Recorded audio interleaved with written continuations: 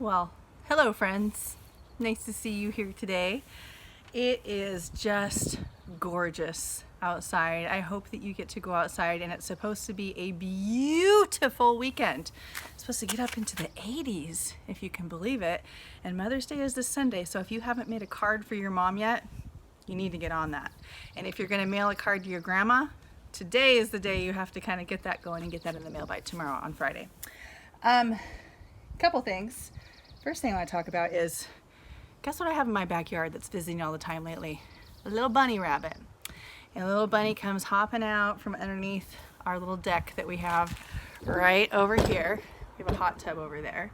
And we have a little bunny that lives next to the hot tub where it's nice and warm. And he has been eating, or she has been eating some of my plants. And so I started putting carrots out for the bunny. And this morning I woke up and I found this little carrot nubbin. So that bunny's been chomping away on this because I figured if he's living in my yard, I want him to eat something instead of my plants, because I want my flowers and I want my yard to be all pretty, and I want the bunny, but I'll share some carrots with him instead of letting him eat all of my plants. And a kind of a cool thing that's been happening as I've been making these videos is behind me, these chives just started out little and now they have big, huge purple flowers on them. The apple trees behind me, they have had flowers and now they've changed to just leaves, and they're going to start working on growing their apples. My lilies have been popping up. It's just been all kinds of beauty that's happening right behind me as we've been reading these stories. My little Tiki's back there just staring at you like always. He doesn't change. So we're in the middle of this whole coronavirus quarantine thing, and there's a lot of people that are having different feelings about it. And I decided to read this story called "Is There Really a Human Race?" because it kind of connects to how the people in our world are helping each other and holding each other up, because we really do need to be working together to support each other and make sure everybody can stay healthy and well. And so I thought that this was a really good story to read, where it talks about the human race. The human race is the whole group of people that together. So all the humans are in the human race. Our races are kind of like our species, but this kind of plays on the idea of the humans being together and racing together and asking the question, are we really competing against each other? Or are we a group of people that rises by lifting each other, that working together we hold each other up?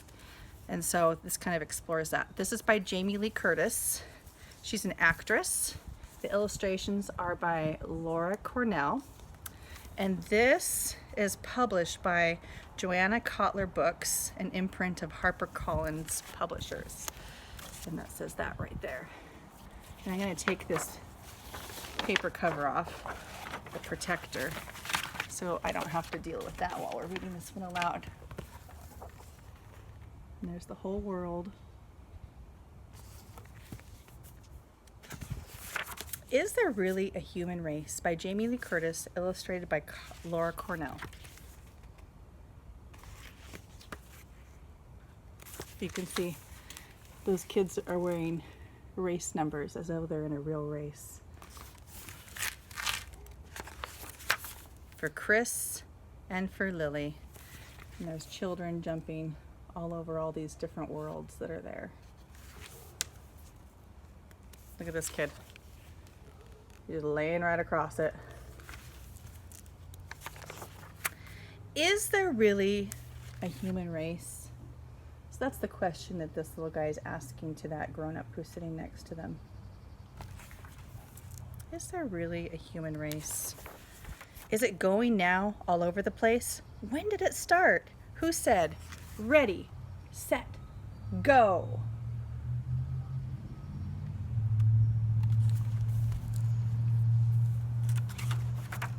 Did it start on my birthday?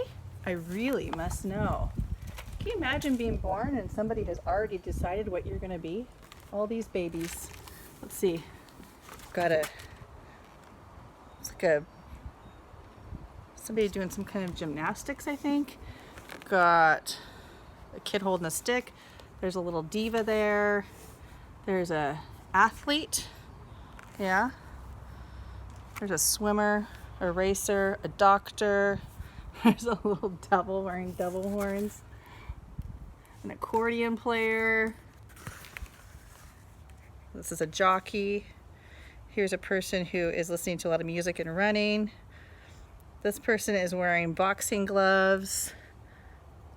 This person's holding weights. Baseball player, graduate, a weightlifter. I'm not sure what that one is. Wearing a swim cap, nose plugs, I think. A violin player. Did it start on my birthday? I really must know. Do I warm up and stretch? Do I practice and train? Do I get my own coach? Do I get my own lane? Do I race in the snow? Do I race in a twister? Am I racing my friends? Am I racing my sister? See, these are really good questions. Is it really a big competition? Are we racing each other so that we can be better than each other? If the race is a relay, is Dad on my team? And his dad? And his dad? You know what I mean. Is the race like a loop or an obstacle course? Am I a jockey or am I the horse? Oh my gosh, look at all these snakes hanging down, getting people. All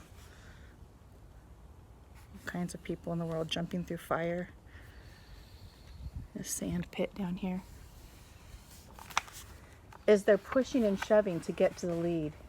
If the race is unfair, will I succeed?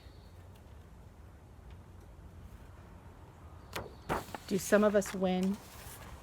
Do some of us lose? Is winning or losing something I choose?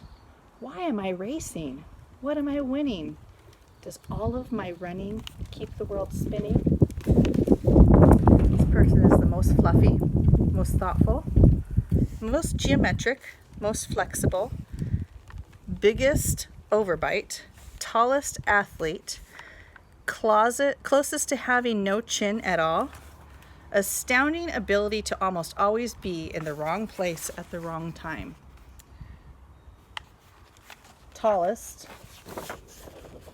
right here, world's furriest man, biggest hair without hair product, biggest teacher's pet, most matching, most judgmental. So if you had an award, what would your award be?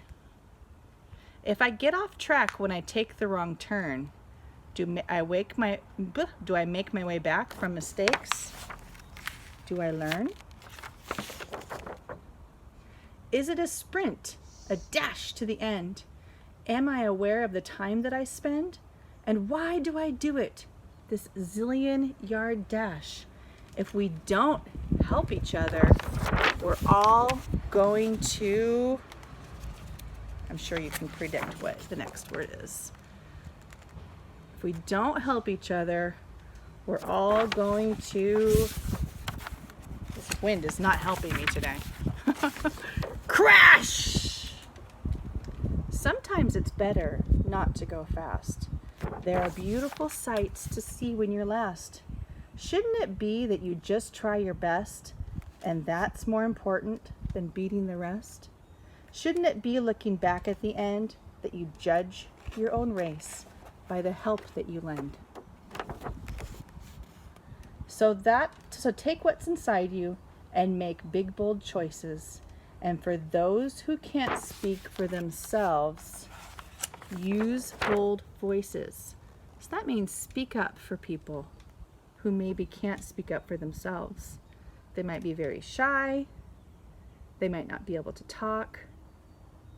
They might have disabilities that prevent them from speaking up. So there's all kinds of reasons why you need to speak up for others. And make friends and love well. Bring art to this place.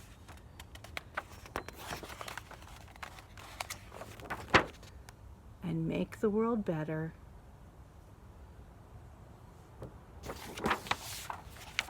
For the whole human race.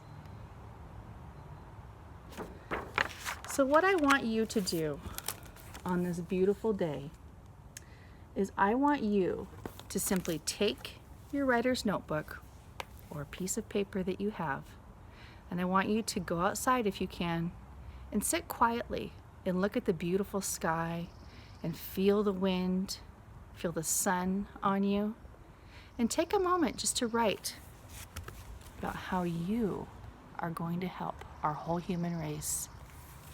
During this coronavirus time, it might be just being kind to your brothers and sisters and your parents while you're living at your home with them all the time. It might be doing something even bigger, like writing a letter to grandparents or giving them a call. But what are you going to do to help our whole human race? I can't wait to hear. I love you, friends. Have a wonderful Thursday.